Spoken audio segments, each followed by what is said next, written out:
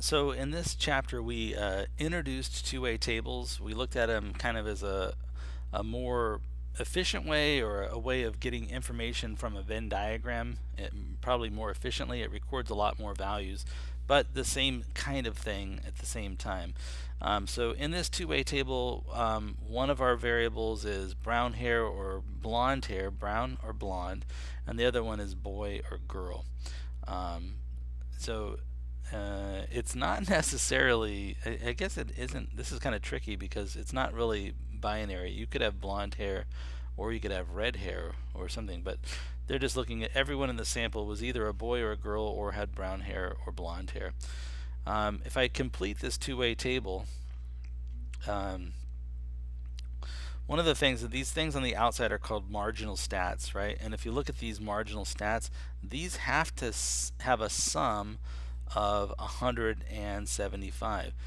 These marginal stats right here, they have to have a sum of 175. So it's pretty easy to fill in what the marginal stats are. This has to be the number 75. And if I take 175 and I subtract 96, I get that this has to be the number 79 right here. So in other words, if I take 79 and I add 96 to it, notice that I get this is a 5, carry the 1, so it's 175, exactly what it should be.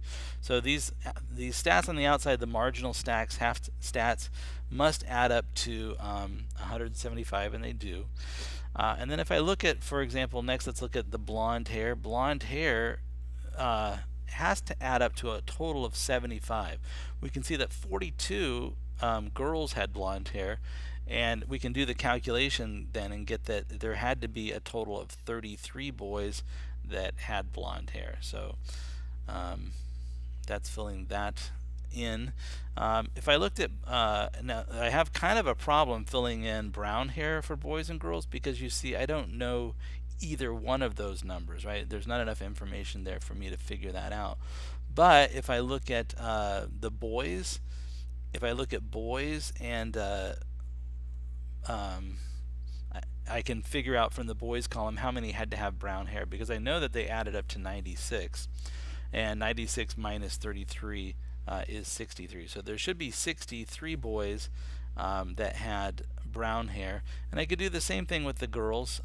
If I add those up, it should give me 79, and 79 minus 42 does give me 37.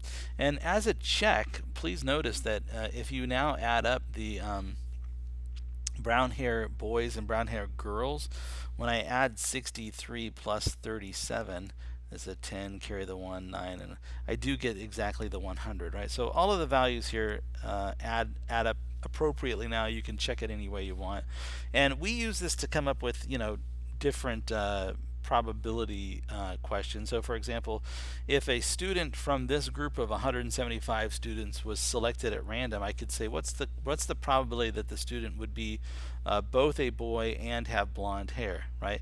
Well, you can see there's a total of 175 people here, and both a boy and blonde hair would be 33. So that would be 33 out of the 175 people.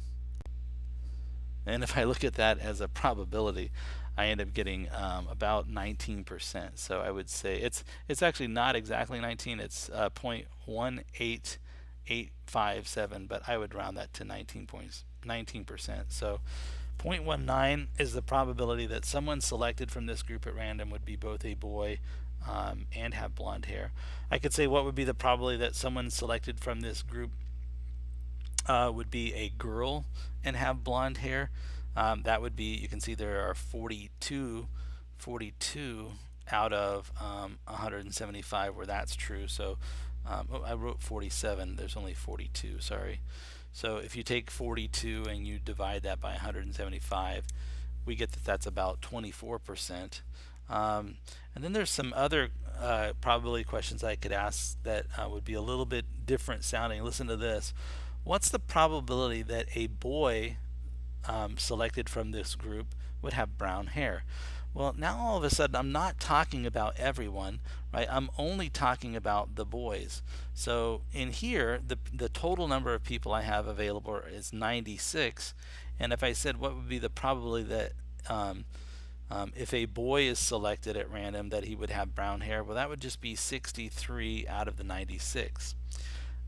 So my whole population now, because I've limited it to just the boys, is now this 96. And if I'm looking for a boy with brown hair, that would be 63 out of 96. So, and I could say, what's the probability given that a girl is selected that she has blonde hair?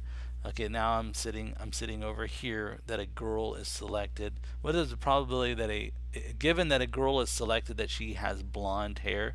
So we're looking at this number right here out of 79. Anyways, this table, answering questions like that is a lot more straightforward with a two-way table compared to dealing with just the Venn diagram by itself. Well, I hope you found that helpful.